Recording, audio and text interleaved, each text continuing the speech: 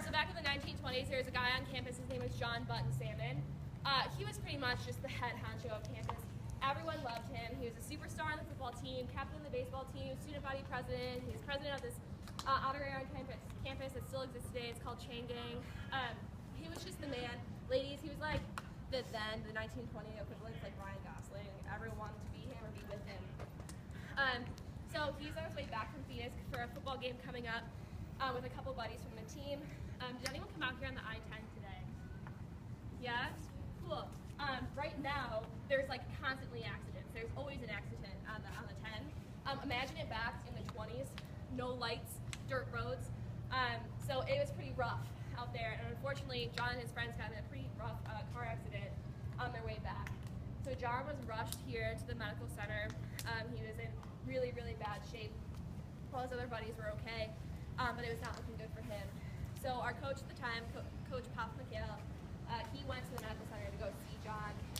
He knew that they had a game coming up. The fellows really needed him. Their captain, they needed him there. So he goes to see the doctor before he sees John, and the doctor says, it's not really looking great. This might be the last time you talk to him. So he goes in, and he says, John, I need to tell the guys something. They miss you. They need you there. Do you have anything that you want me to pass along to them before the game this weekend? And he says, tell the team to bear down. And that's when you're supposed to get goosebumps. So, anyways, yeah, I'm assuming everyone has goosebumps. So, sorry. Anyways, so the weekend goes, and we start the game. John Button Salmon unfortunately did pass away. So the game was going nowhere. We were gaining no yardage. The other team was also just absolutely destroying us. We went to the locker room at halftime, and it was still 0-0. So Coach Paul McHale brought everyone together, and he was like, guys, I know this is a really tough game without John, but we need to do this. He told to tell them to tell the team to bear down.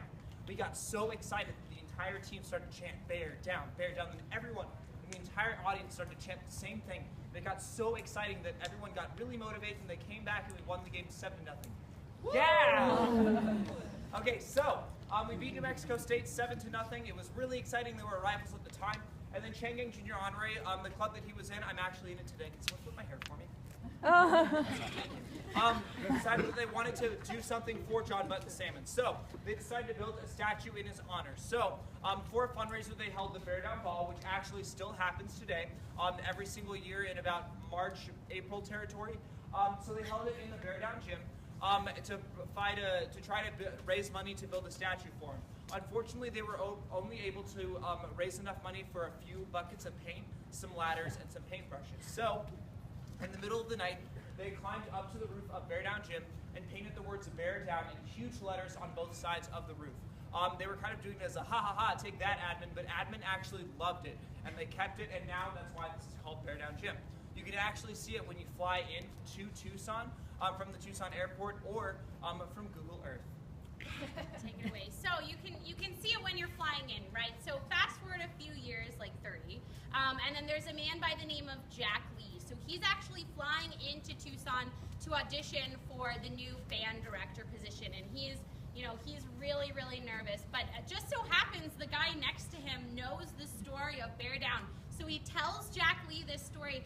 Instantly inspired, he grabs the closest thing to him, a barf bag, and begins to write down the words to Bear Down, Arizona, which was the fight song. So he comes in, he shows the audition people his fight song, and they're instantly inspired. He gets the position, and Bear Down, Arizona is actually our fight song today. So you're in for a treat because we are going to sing it for you. We are the only tour guides in the entire Pac-12 that are required to sing the fight song for you on all tours. Although we really, really like to. Although we love to. So, we have a couple rules. Yeah. I'll explain, it's fine. We have a couple of rules. So we're not the best singers. Yeah, sorry, she's really good. So I'm not the best singer, so what we ask you guys to do is actually to clap in time with us and don't stop until the very end, when you should just all go crazy wild like you're at a Beyonce concert, because, helps with the self-esteem, and we're here for the next couple years or so. So yeah, just give us that, and then, was that it? I know that I have a couple alumni on my tour. If you're feeling brave enough and would like to come sing with us. We would love to hear that.